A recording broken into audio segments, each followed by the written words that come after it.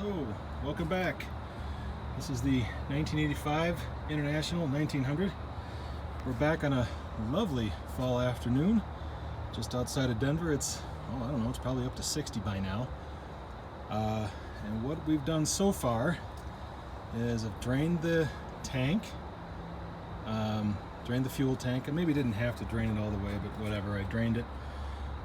Put a couple gallons of fresh diesel in there. I drained the fuel separator, filled that, took out the fuel filters, filled those, replaced, fuel filters. And I have a couple new oil filters, got a bunch of oil in there, and I'm about to do a compression check. I have my little, cheater button here, and I'm gonna do a compression check on this engine. I'm not expecting a whole lot as far as the numbers go. I mean, this engine has been sitting for a very long time. If it even turns over, that would be lovely. What I'm hoping to do is not only, gain some idea of the compression of this engine. I'm basically just looking for a go, no go. I'm not looking for 300 psi. If I get 200 psi out of each cylinder, I think that's probably good enough for today. But I'm hoping that running the engine, turning the engine over for a while, will get the oil flowing and get the fuel to start pouring out of there. I went cheap on the oil because I figure one of two things is going to happen. Either the oil is going to start circulating, it's going to build oil pressure, and everything will be fine, and it's going to push all that junk out, into the sump and into the filters. Where it belongs, or I'm going to find out here probably pretty soon that the bearings are done, there's no oil pressure to be had, and the engine needs to be in-framed before it is run. Either way, that oil is not going to spend very long in this engine. So without further ado, I'm just going to go ahead and start the first compression test and see how we do.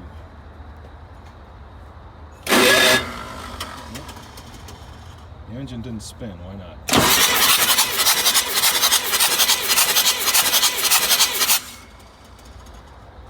Alright, so that's the first cylinder. We're looking at almost 300 psi, about 280 psi.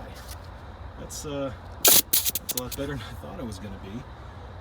Anyway, I'm not going to film the rest of this compression check because I have to run my generator to keep the batteries topped off for starting. Anyhow, I'm going to do the other 5 cylinders. Stay tuned.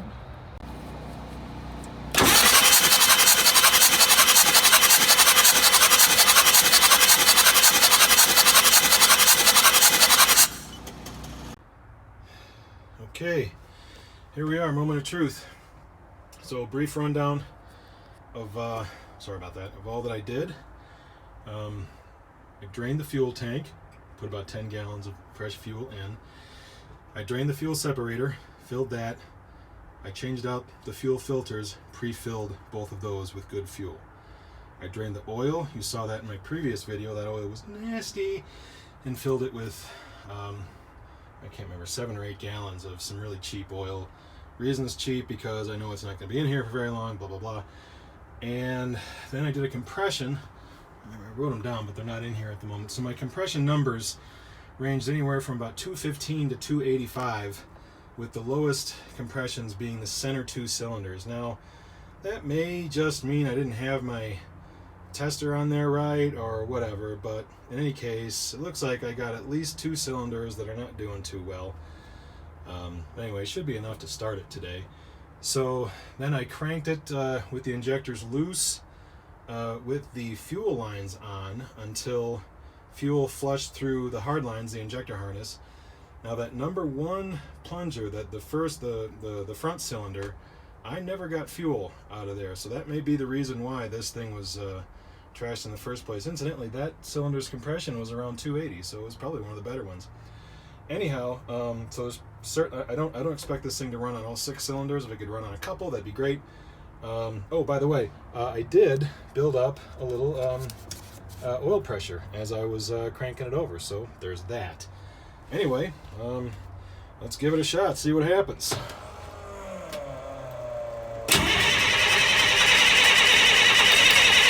Something.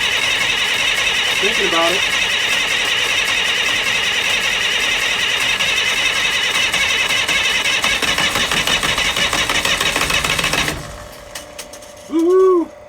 almost there.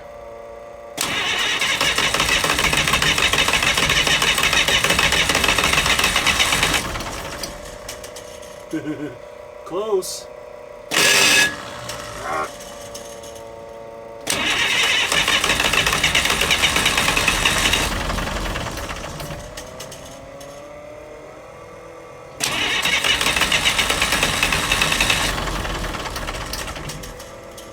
Thinking about it.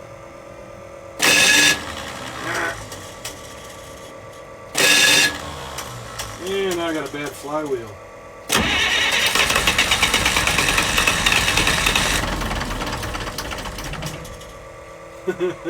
We're close.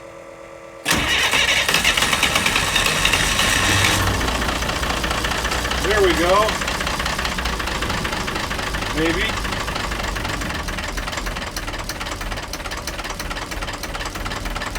Look at that, we got 60 psi of oil pressure.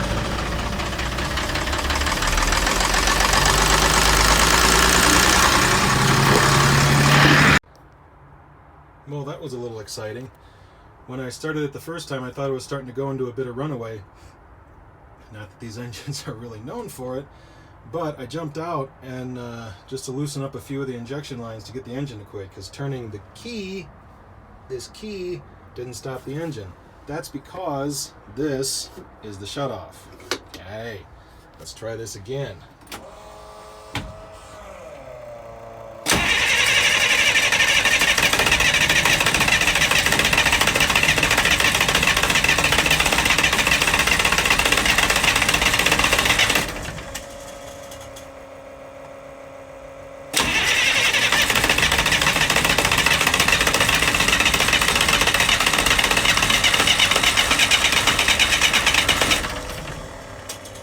Doesn't seem to want to run at all now.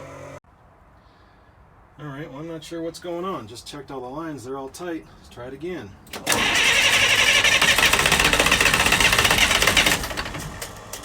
Looks like it wants to.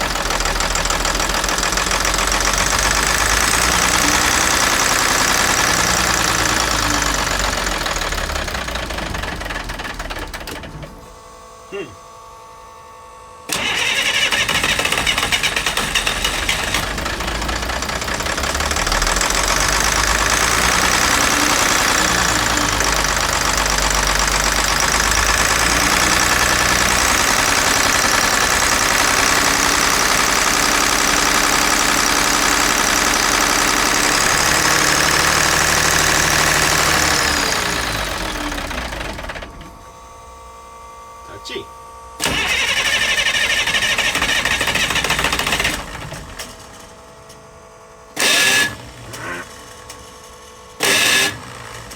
Come on.